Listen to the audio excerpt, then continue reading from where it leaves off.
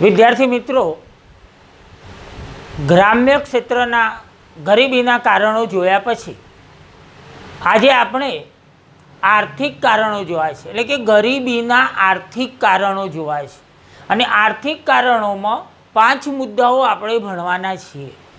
એટલે જ્યારે 5 મુદ્દાઓ હોય ત્યારે આગળ પણ મેં તમને સમજાવ્યું હતું કે ટૂંકમાં રજૂ કરી દેવાના છે। ગરીબીના કારણો સમજાવો એવું તો 99% ન જ પૂછાય, કારણ કે ઘણા બધા કારણો છે, પણ મુદ્દો પૂછાશે કે ગરીબીના આર્થિક કારણો સમજાવો, અથવા તો બે પૂછી નાખે કે ગ્રામ્ય અને આર્થિક કારણો જણાવો, તો તમારે એ મુદ્દાઓ સમજાવવા પડે। હવે આપણી વાત છે આર્થિક કારણોની, ગરીબીના આર્થિક કારણો। તો એમાં પહેલું આર્થિક કારણ છે શ્રમિક દીઠ નીચી ખેત ઉત્પાદકતા। ઉત્પાદન અને ઉત્પાદકતા બંનેમાં ડિફરન્સ છે, એટલે તમે મુદ્દો બનાવો શ્રમિક દીઠ નીચી ખેત ઉત્પાદકતા। પહેલો મુદ્દો તમે બનાવો છો, એટલે તમે શું કરશો, આર્થિક કારણોનો મુદ્દો પાડ્યા પછી એ આપો, ABCD લખવાની, કારણ કે પહેલામાં 1 2 3 લખેલું છે, એટલે એ કરીને લખો શ્રમિક દીઠ નીચી ખેત ઉત્પાદકતા।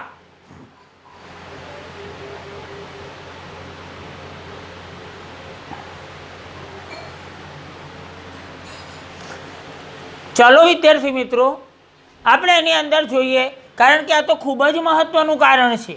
એટલે જો ગ્રામ્ય ક્ષેત્રે ગરીબી વધુ હોવા માટેનું આ મહત્વનું કારણ છે। પહેલું વાક્ય તમે લખીને જ મૂકી દો, લખી દો તો ગ્રામ્ય ક્ષેત્રે ગરીબી વધુ હોવા માટેનું આ મહત્વનું કારણ છે।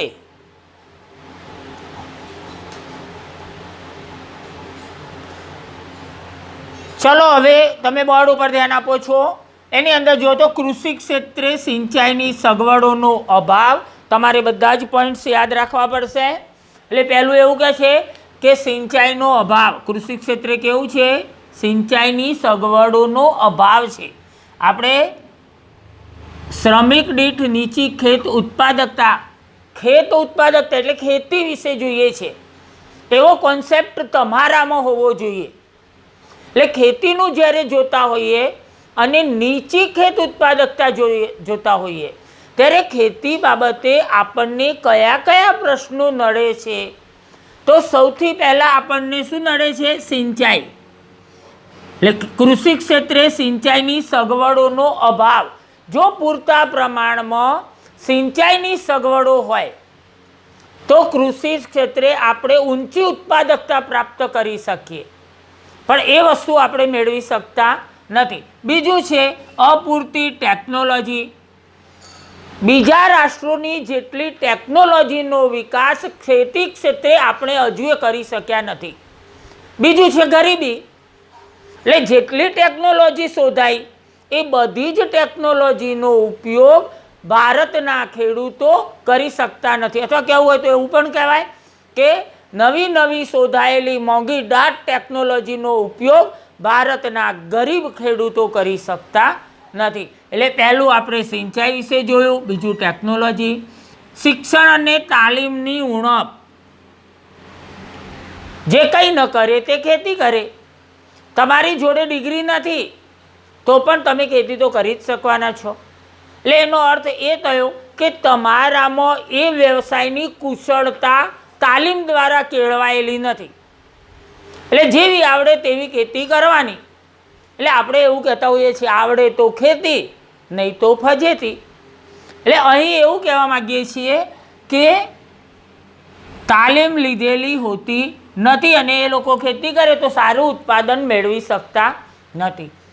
મૂડીરોકાણનો નીચો દર। ભારતનો ખેડૂત કેવો છે, તો ગરીબ છે અને પોતાની ખેતીમાં વધુ મૂડીરોકાણ કરી શકતો નથી। એટલે સારા હાઇબ્રિડ બિયારણો ન લાવી શકે, રાસાયણિક સારા ખેતરો કે પૂરતા પ્રમાણમાં ખાતરો ન નાખી શકે। એ ઉપરાંત જોઈએ તો જંતુનાશક દવાઓ પણ ખૂબ મોંઘી છે। એટલે આ બધી વસ્તુઓ તે વસાવી શકતો નથી, એટલો ગરીબ છે। એટલે મૂડીરોકાણનો નીચો દર।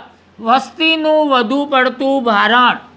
જરૂર કરતો વધુ લોકો ખેતરમાં કામ કરતા હોય છે, ખેતી કરતા હોય છે, જેને પ્રસન્ન, ગુપ્ત કે છુપી બેરોજગારી આપણે કહીએ છીએ. આગળ ભણવાના છીએ એ વિશે આપણે. એટલે આટલા પોઈન્ટ્સ એવા છે કે જેને કારણે શ્રમિકની ખેત ઉત્પાદકતા નીચી રહે છે. બધા જ યાદ ના રહે, એકાદ ભૂલાઈ જાય તો ચાલે, પણ પ્રયત્ન પૂરો કરો. કૃષિ ક્ષેત્રે સિંચાઈની સગવડોનો અભાવ, અપૂરતી ટેકનોલોજી, શિક્ષણ અને તાલીમની ઉણપ, મૂડીરોકાણનો નીચો દર, વસ્તીનું વધુ પડતું ભારણ વગેરે કારણે શ્રમિકની ખેત ઉત્પાદકતા નીચી રહે છે. યાદ રહી જશે ને? લખો, પહેલા લખો, ડેશ મારીને લખો. કૃષિ ક્ષેત્રે સિંચાઈની સગવડોનો અભાવ, અલ્પવિરામ કરો, અપૂરતી ટેકનોલોજી, શિક્ષણ અને તાલીમની ઉણપ,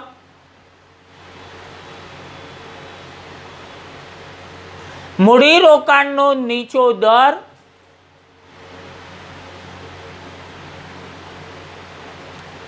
વસ્તીનું વધુ પડતું ભારણ વગેરે કારણે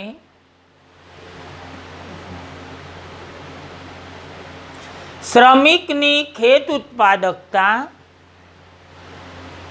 નીચી રહે છે.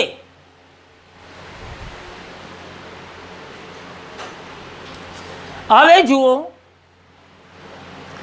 શ્રમિકની ખેત ઉત્પાદકતા નીચી હોય તો એનો સીધો અર્થ થાય કે એ ખેડૂતની આવક નીચી હોય, અને આવક નીચી હોય તો ગરીબી આપોઆપ વધશે. એટલે આપણે એવું લખીએ, પરિણામે ખેડૂતોની આવકો નીચી રહે છે અને ગરીબીનું પ્રમાણ વધે છે. લખો તો ડેશ મારીને, પરિણામે ખેડૂતોની આવકો નીચી રહે છે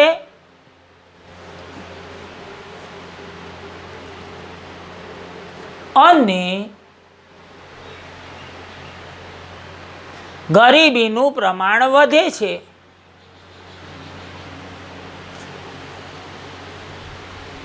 ચલો, હવે તમે એને સમજી ગયા છો કે ઉત્પાદકતા નીચી છે, પરિણામે ગરીબી વધે છે. હવે બી, જમીન અને સંપત્તિની અસમાન વહેંચણી. ફરીથી આવે છે મુદ્દો, જમીન અને સંપત્તિની અસમાન વહેંચણી.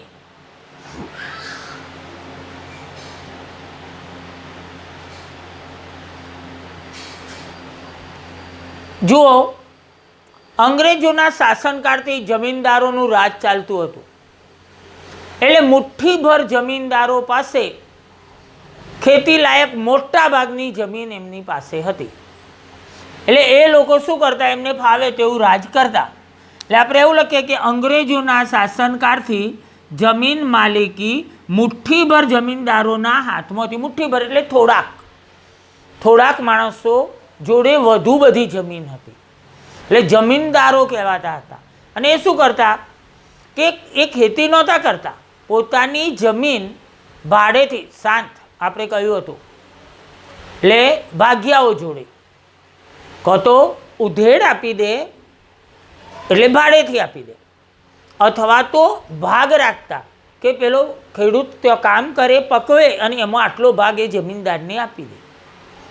એટલે આ શું થતું કે જમીનદારો, મોટા જમીનદારો ખેતી સાથે પ્રત્યક્ષ સંકળાયેલા નહોતા. અને જ્યારે પ્રત્યક્ષ સંકળાયેલા નહોતા એટલે એમને ખેતીનું કશું પડ્યું જ નહોતું. પાકે ના પાકે, સારી થાય ના થાય, કોઈ જ પ્રશ્ન નહીં.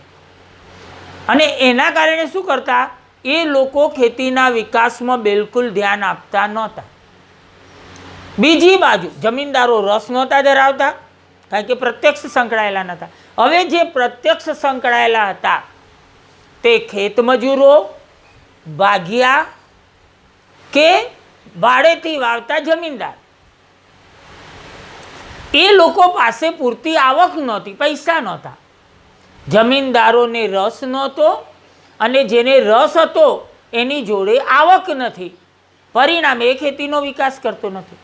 હવે આ બધું થાય એટલે શું થતું હતું કે જે સંપત્તિ હતી એ આપણા ખેડૂતોને વેચવાનો વારો આવ્યો અને આખરે છેલ્લે આપણે એવું કહીશું કે ખેડૂતોએ જમીનદારોને આપી દીધી.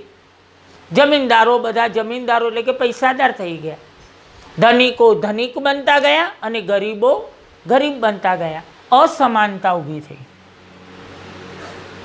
હવે અહીં જુઓ તમે, જમીન અને સંપત્તિની અસમાન છે. અંગ્રેજોના શાસનકાળથી જમીન માલિકી મુઠ્ઠીભર જમીનદારોના હાથમાં હતી.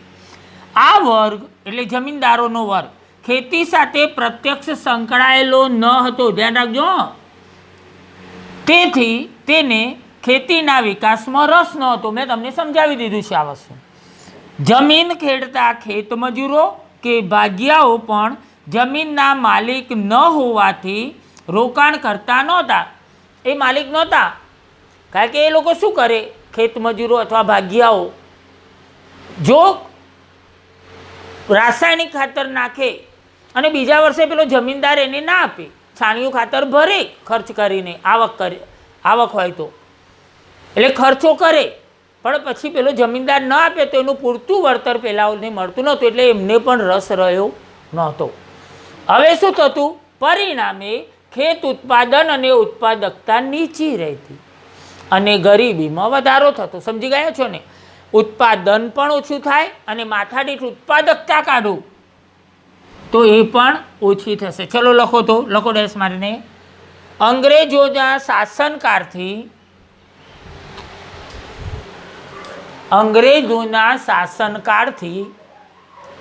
જમીન માલિકી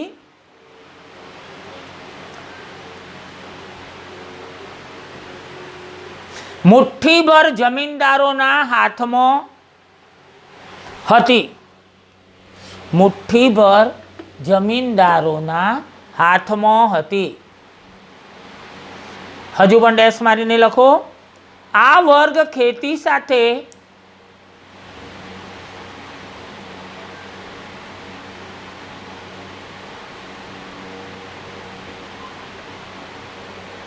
પ્રત્યક્ષ સંકળાયેલો ન હોવાથી, નને અંડરલાઈન કરો, પ્રત્યક્ષ સંકળાયેલો ન હોવાથી તેને ખેતીના વિકાસમાં રસ ન હતો.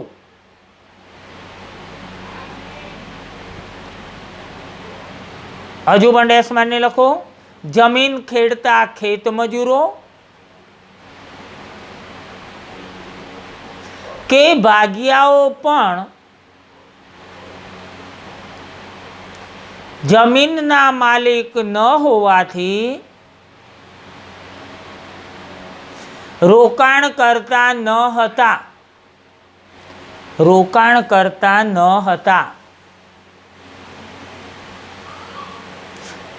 અને એ મુદ્દામાં છેલ્લે ડેશ મારીને લખો. પરિણામે ખેત ઉત્પાદન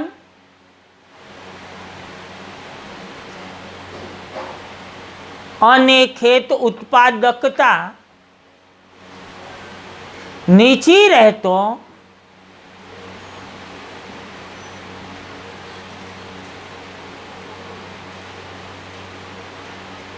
ગરીબીમાં વધારો થતો હતો.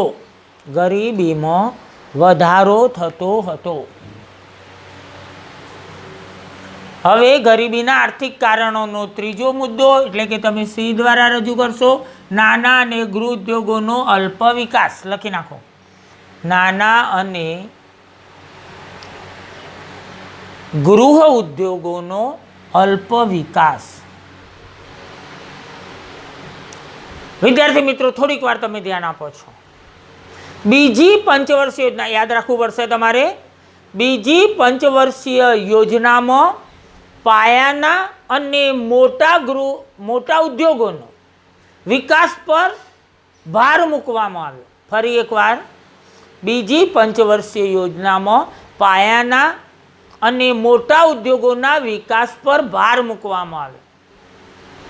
એટલે આપણે પહેલાં એ બતાવવા માગીએ છીએ કે પાયાના અને ભારે ઉદ્યોગોમાં મહત્ત્વ આપવામાં આવ્યું, પણ જે ગ્રામ્ય ક્ષેત્રે નાના અને ગૃહ ઉદ્યોગો હતા કે જેઓ તમે સમજો 3 વસ્તુ રોજગારી, ઉત્પાદન અને આવકમાં મોટો ફાળો આપતા હતા, જે 3 ભારતની મેઇન સમસ્યાઓ છે.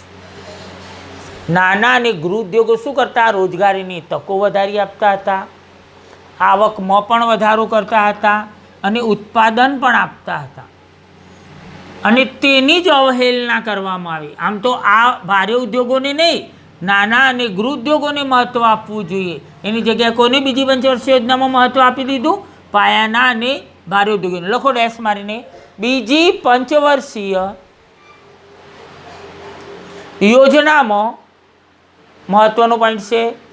બીજી પંચવર્ષીય યોજનામાં પાયાના અને ભારે ઉદ્યોગોને મહત્ત્વ આપવામાં આવ્યું.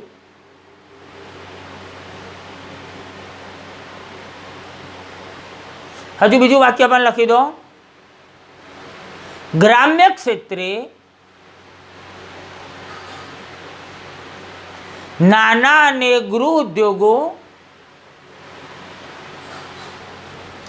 કે જેમનો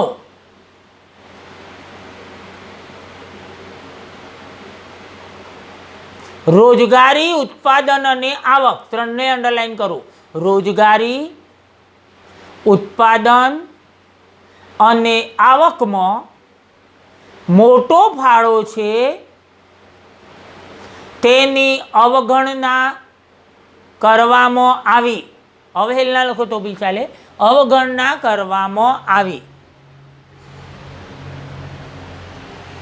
હવે જુઓ, કૃષિ સાથે એટલે કે ખેતી સાથે સંલગ્ન પશુપાલન, કૃષિ સાથે જોડાયેલા છે. પશુપાલન, ડેરી ઉદ્યોગ, મત્સ્યપાલન વગેરેનો વિકાસ ન થયો. એટલે એ બધાનો વિકાસ ન થયો, એકલો ખેતી કરે બધા, એટલે મોસમી બેરોજગારી ઉદ્ભવી. કે ભારતની ખેતી કેવી હતી? વરસાદ પર આધારિત હતી. એટલે વરસાદ આવે એ મોસમમાં ખેતી થાય, અને બાકીની મોસમમાં એ ખેડૂતો બેરોજગાર બનતા, કારણ કે બીજો વિકાસ થયો નહોતો પશુપાલન, ડેરી કે મત્સ્યપાલનનો. એટલે મોસમી બેરોજગારી ઉદ્ભવતી અને પરિણામે ગરીબીમાં વધારો થતો. આખું વાક્ય જુઓ. ખેતી સાથે સંલગ્ન પશુપાલન, ડેરી ઉદ્યોગ, મત્સ્યપાલન વગેરેનો વિકાસ ન થતો, મોસમી બેરોજગારી વધુ જોવા મળી, આમ ગરીબીમાં વધારો થયો. લખો તો ડેશ મારીને, ખેતી સાથે સંલગ્ન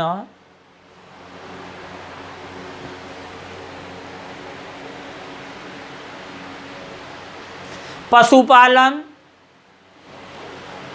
ડેરી ઉદ્યોગ, મત્સ્યપાલન વગેરેનો વિકાસ ન થતો,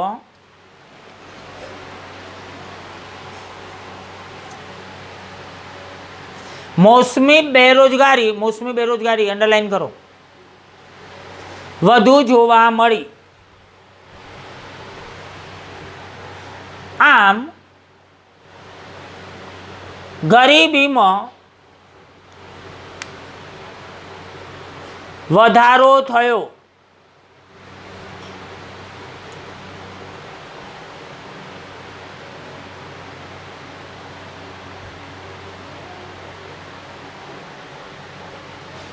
ચલો ડી લખો. ઝડપથી વધતા ભાવો જીવન ધોરણ નીચું લાવશે. ઝડપથી વધતા ભાવો. હવે તમે થોડીક વાર માટે બોર્ડ ઉપર ધ્યાન આપો છો વિદ્યાર્થી મિત્રો. વધતા ભાવો ગરીબીની ગંભીર અસર કરે છે, કારણ કે ગરીબી જોડે તો પૈસા જ નથી અને મોંઘવારી આવે, ભાવ વધે છે, તો જે જીવન જીવતા હતા એમાં નીચું જીવન તો ઓલરેડી જીવતા જ હતા, એમાં પણ નીચું જીવવામાં આવશે, એટલે ગંભીર અસર કરે છે. હવે જો 5 વસ્તુ યાદ રાખો. યુદ્ધ, દુષ્કાળ, આ બધું થાય ને એટલે ભાવ વધી જાય. યુદ્ધ, દુષ્કાળ, નીચું રાષ્ટ્રીય ઉત્પાદન, ઝડપથી વધતી માંગ, માંગ તમને સમજાવેલું છે. ઉત્પાદન ખર્ચમાં વધારો. ચલો, યુદ્ધ થાય એટલે તરત જ જીવન જરૂરી જે વસ્તુઓ છે એના ભાવો વધવા જ લાગે. દુષ્કાળ પડે તો પણ એવું થાય. પછી નીચું રાષ્ટ્રીય ઉત્પાદન, દેશનું ઉત્પાદન નીચું હોય તો બી ભાવો વધે છે. ઝડપથી વધતી માંગ, માંગ જેમ જેમ વધે ને એમ એમ કિંમતો વધતી જશે. ઉત્પાદન ખર્ચમાં વધારો, ઉત્પાદન ખર્ચમાં વધારો થાય એટલે નિયોજકને ઉત્પાદન મોંઘું પડશે, એટલે બજારમાં તે ઊંચા ભાવે જ વેચવાનું છે. વગેરેને કારણે ચીજવસ્તુ અને સેવાઓના ભાવો ઝડપી વધે છે. ચલો, બે મુદ્દા પહેલાં લખી નાખો. ડેશવાને લખો, વધતા ભાવો ગરીબીને ગંભીર અસર કરે છે. ગરીબીને ગંભીર અસર કરે છે.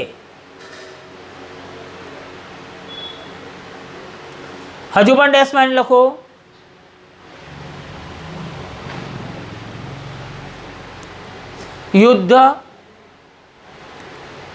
યુદ્ધ, દુષ્કાળ, નીચું રાષ્ટ્રીય ઉત્પાદન, ઝડપથી વધતી માંગ,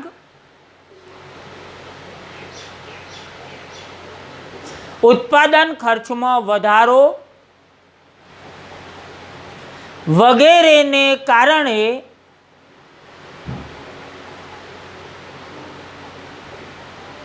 ચીજવસ્તુઓ અને સેવાઓના ભાવો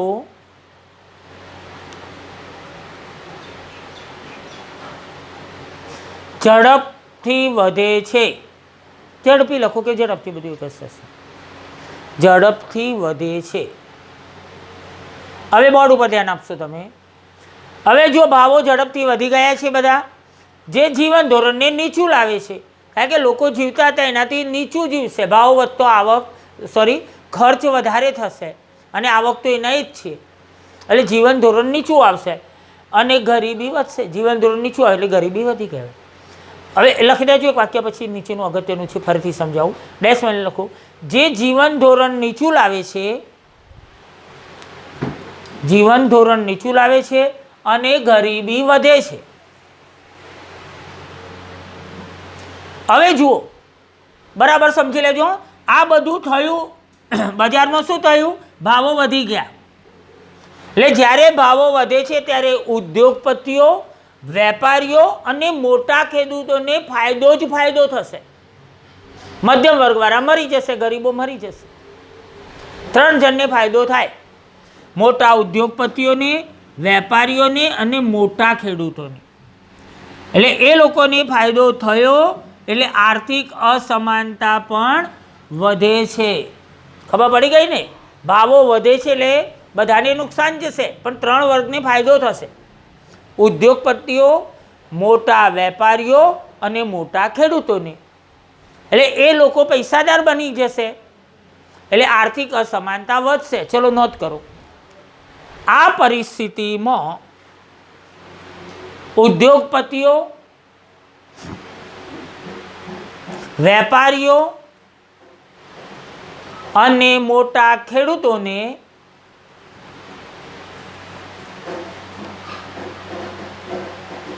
ફાયદો થાય છે. પરિણામે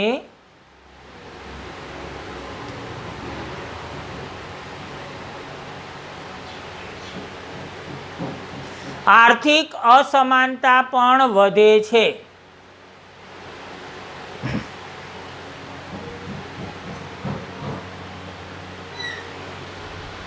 હવે વિદ્યાર્થી મિત્રો, આપણે આ પોઈન્ટ્સને એટલે કે આર્થિક કારણો, ગરીબીના આર્થિક કારણોનો છેલ્લો મુદ્દો જોઈ રહ્યા છીએ. એ લખ્યો છે આપણે, બેરોજગારીનું ઊંચું પ્રમાણ. મુદ્દો બનાવો તમે, બેરોજગારીનું ઊંચું પ્રમાણ.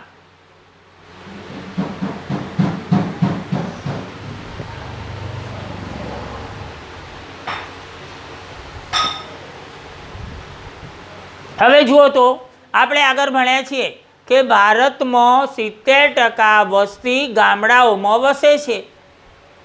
હવે આ ગામડાના મોટા ભાગના લોકોનો વ્યવસાય ખેતી છે। ચલો આટલી તો ઓલરેડી તમને આગળની ખબર છે કે 70% લોકો ગામડામાં વસે છે અને આમાંથી મોટા ભાગના લોકો ખેતી પર નભે છે। હવે ભારતની ખેતી કેવી છે તો વરસાદ આધારિત છે અને વરસાદ આધારિત હોય તો વરસાદની મોસમમાં જ એટલે કે ચોમાસામાં જ લોકો કામ કરે છે। એટલે મોસમી બેરોજગારી જોવા મળે છે। જુઓ, ગામડાના મોટા ભાગના લોકો ખેતી પર નભે છે। ખેતી વરસાદ આધારિત હોવાથી વર્ષમાં 2 જ પાક લેવાય છે, જેથી મોસમી બેરોજગારી જોવા મળે છે। ચલો એટલું લખો, પછી બીજું આપણે જોઈએ। લખો ડેશ મારીને બેરોજગારીનું ઊંચું પ્રમાણ એની અંદર। ગામડાના મોટા ભાગના લોકો ખેતી પર નભે છે।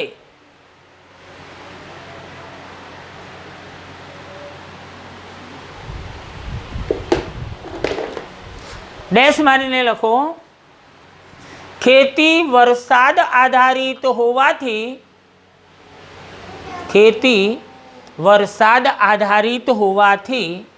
વર્ષમાં 2 જ પાક લેવાય છે। ખૂબ અગત્યનું છે, વર્ષમાં 2 જ પાક લેવાય છે, જેથી મોસમી બેરોજગારી જોવા મળે છે। મોસમી બેરોજગારી જોવા મળે છે।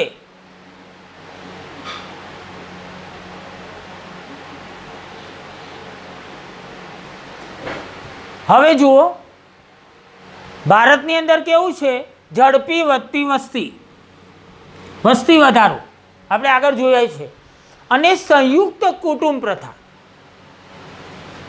એ તો તમને ખબર જ છે કે ભારતમાં સંયુક્ત કુટુંબ પ્રથા રહેલી છે। એટલે ઝડપથી વધતી વસ્તી અને સંયુક્ત કુટુંબ પ્રથાને કારણે ખેતી પર વસ્તીનું ભારણ વધે છે।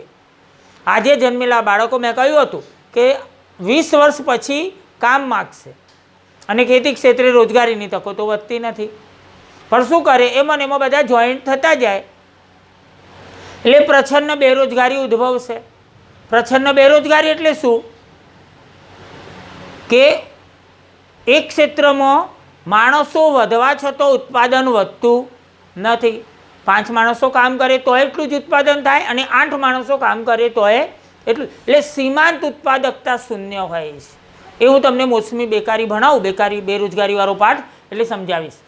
એટલે ખેતી પર વસ્તીનું ભારણ વધે છે, પરિણામે પ્રચ્છન્ન બેરોજગારી વધે છે। પ્રચ્છન્ન એટલે છુપી, ગુપ્ત, દેખીતી રીતે વ્યક્તિ કામ કરતી હોય પણ ઉત્પાદનમાં કોઈ જ ફરક પડતો નથી, એને પ્રચ્છન્ન કહેવાય। લખો તો ડેશમાં લખો, ઝડપથી વધતી વસ્તી અને સંયુક્ત પ્રથાને કારણે ખેતી પર વસ્તીનું ભારણ વધે છે। ખેતી પર વસ્તીનું ભારણ વધે છે, પરિણામે પ્રચ્છન્ન બેરોજગારી વધે છે।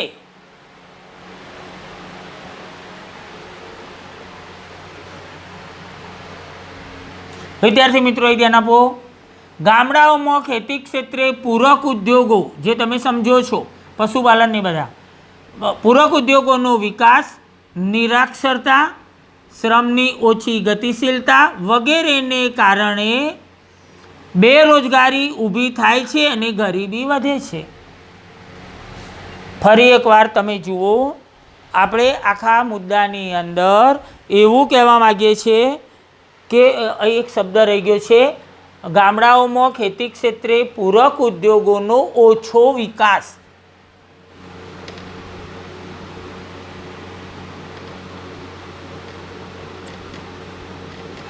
ફરીથી જુઓ, ગામડાઓમાં ખેતી ક્ષેત્રે પૂરક ઉદ્યોગોનો ઓછો વિકાસ, એ આપણે જોયું હતું પશુપાલન, ડેરી, આ બધાનો, અને એવું જ કહ્યું હતું વિકાસ ન થતો। ગામડાઓમાં ખેતી ક્ષેત્રે પૂરક ઉદ્યોગોનો ઓછો વિકાસ, નિરક્ષરતા, શ્રમની ઓછી ગતિશીલતા વગેરેને કારણે બેરોજગારી ઊભી થાય છે અને ગરીબી વધે છે. લખો તો ગામડાઓમાં ખેતી ક્ષેત્રે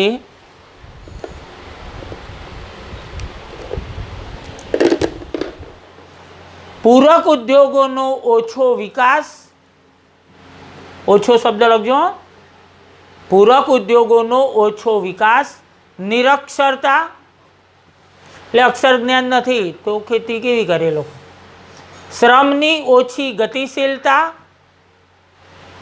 વગેરેને કારણે બેરોજગારી ઊભી થાય છે અને ગરીબી વધે છે. અહીં ગરીબીના આર્થિક કારણો પૂરા થયા. મિત્રો, વિદ્યાર્થી મિત્રો, 10 માર્ક્સ મેળવવા માટેનો પાઠ છે. થોડો લોંગ પણ છે, પણ આપણે જ્યારે ટેસ્ટ લઈશું ત્યારે 2 ભાગ પાડી દઈશું. એટલે હું આવતીકાલે ટેસ્ટ વિશેની તમને માહિતી આપવાનો છું.